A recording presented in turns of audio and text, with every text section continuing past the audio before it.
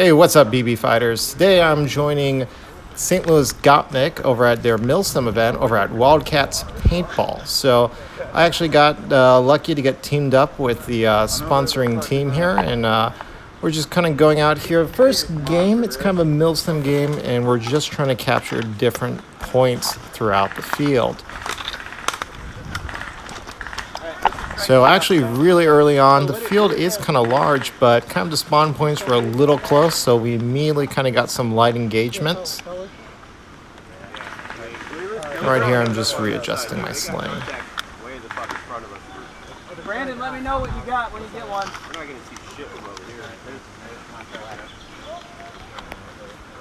Yep, I just saw him.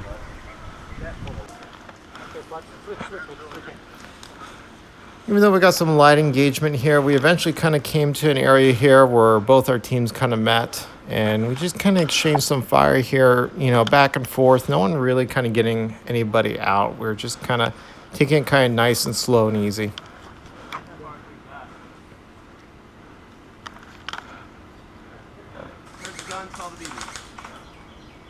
Eventually, the firefighting just kind of increased a little bit, but not too much. We are still kind of at a standoff here. Some of us slowly moving up, very slowly.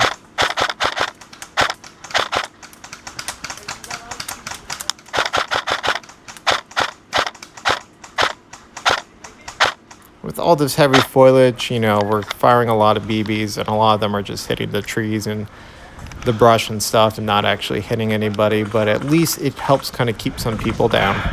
See that structure up there? There's a bit of a structure there made out of pallets. You see that? Yeah.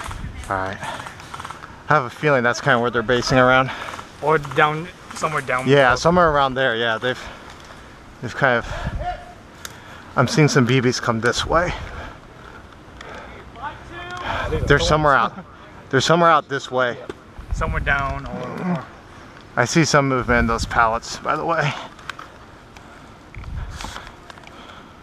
And if you haven't noticed, I'm actually playing on the green team this time. Normally I play on the tan team since that's the US side, but since I had a buddy over on playing on the green team this side, as I decided I would kind of switch my camouflage and play along with them.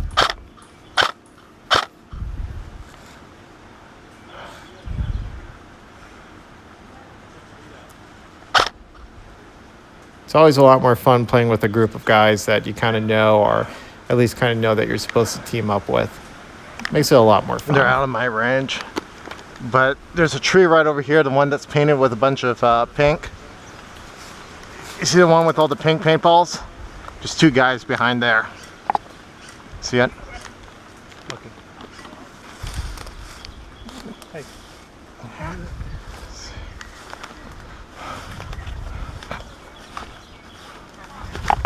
Shit. Hit! I really laid into that guy, but, you know, didn't know if he caught his hits or anything. Shoulder. I just called mine and just tried to see, you know, what happened. If anything, even if I didn't hit any of them, which I kind of feel is unlikely considering how much BBs I threw at him and actually how close we were.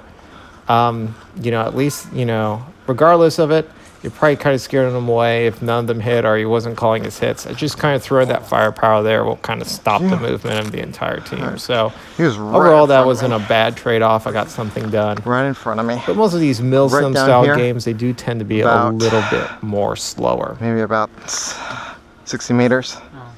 So they have to hit me pretty hard.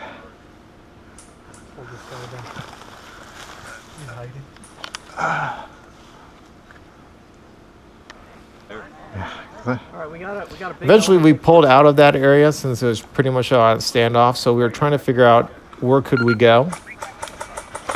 As we were moving here, we get all of a sudden took some fire here, so we were responding to the attack.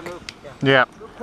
Machine gunner. We're heading back to our FOB, so we decided that, you know, moving out like this really didn't hurt kind of our...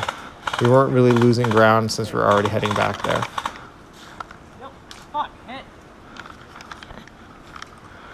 Where's your tourniquet? we're taking fire from this direction right here. If you I'm giving some cover fire, hopefully, so they can get that get our player revived. I didn't exactly know where the fire was coming from, so we're just kind of firing in about a 360-degree area, or kind of a broad area, just kind of cover our butts to make sure that, you know, and this is mainly suppressive fire. We're not trying to actually take anybody out. You good, Dono? Yeah. Let's roll. Just try to give us some cover so that way we can move. Brandon, we're moving up the trail.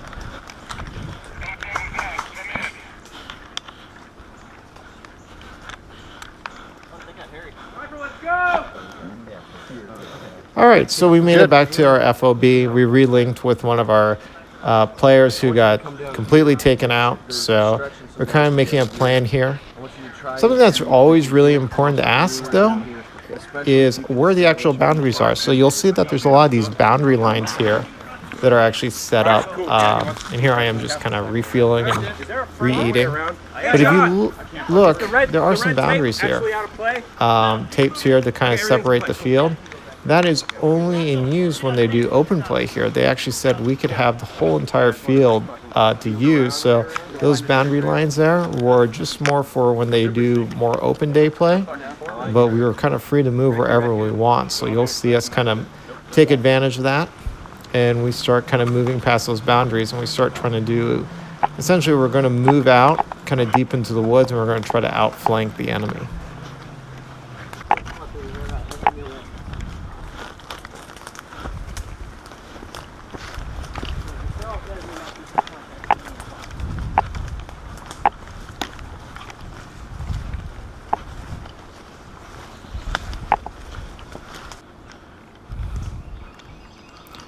Now, when you do these kind of maneuvers, you're not very likely to get attacked by anybody, but you're also, if you do get attacked, it's probably going to be a bit of an ambush, so you always kind of want to watch your six for the entire team, trying to make sure that no one sneaks up to you or onto your side, since you're kind of usually, you're a little more vulnerable because the structures here, there's not a lot of cover, or really good cover, so when you're kind of sneaking behind, you know, in these kind of sneaky ways, you just kind of always want, you have a great concealment, but real cover from BBs and enemy fire tends to be a little on the poorer side. So we're just keeping very vigilant as we're slowly kind of moving our way through here, making sure that we don't get spotted or get attacked.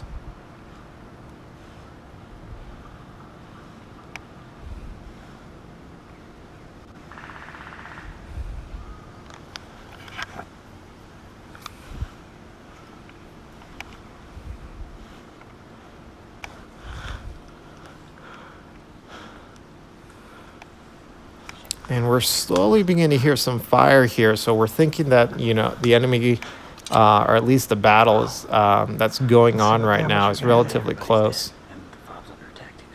Alright, well, this might, hopefully this will cost them, even if we attack them and fail, hopefully it'll pulse them off of our fob.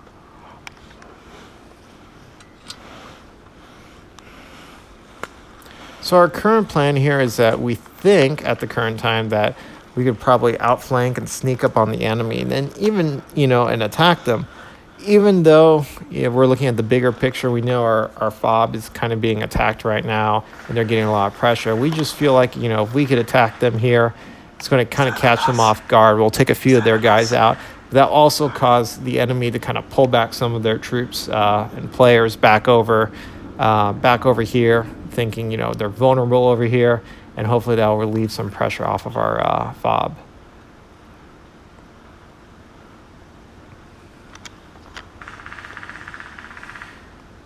And we can just hear that fire. It's really loud, and we just don't know who that is, or, you know, is that the enemy? So we're being very cautious as we move up here.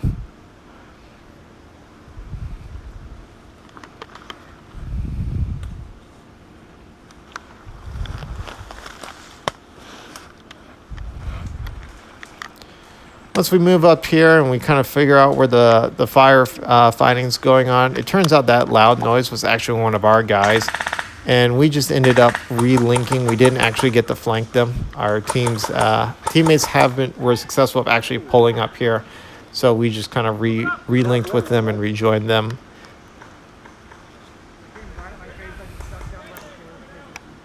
Now that MGer over there, he's got basically a sound amplifier on there that's producing a lot of loud noise, doing a really great job of intimidating the enemy. Unfortunately, it's also attracting a lot of fire, and one of our teammates, as they're attacking that MGer, got hit and, by some enemy fire.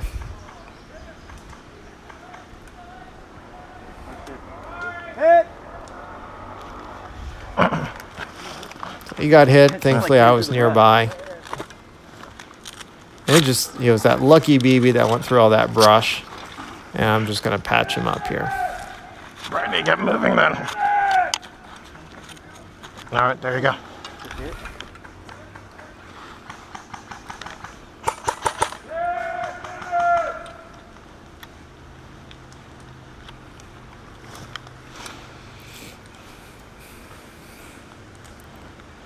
They're shooting right through here for this brush. Yeah, so I'd keep down. Just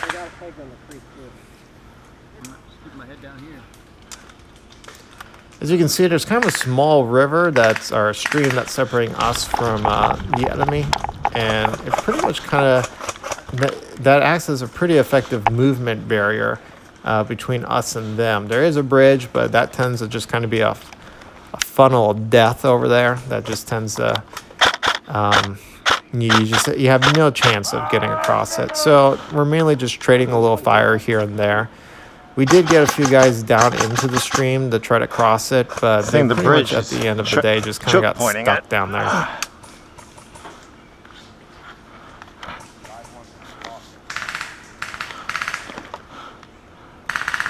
Do you think we can have more fucking guns and just fucking try to fucking spray across the bridge? But Yeah.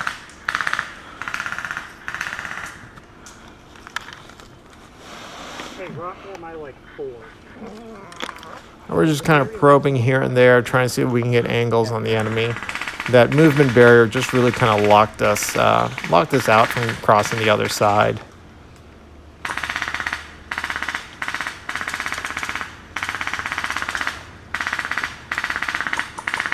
We're just, in this field, even though we're engaged with a threat right in front of us, we're always kind of watching our rear. We just never know when if you get attacked from the rear at all.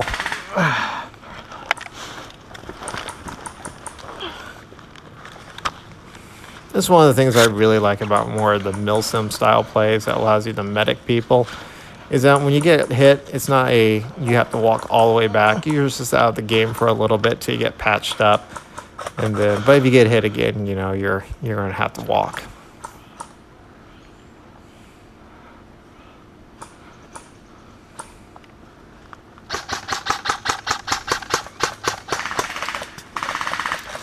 So unfortunately, I do not have a gun cam. Go ahead and hit that like button down there if you think I should get one to get some better shots of seeing where my BBs are going and the people I'm looking at. And that was the game. So the game, we spent most of the time walking around, which is not that uncommon for a milsim event. If you like this video, feel free and go ahead and hit that subscribe button.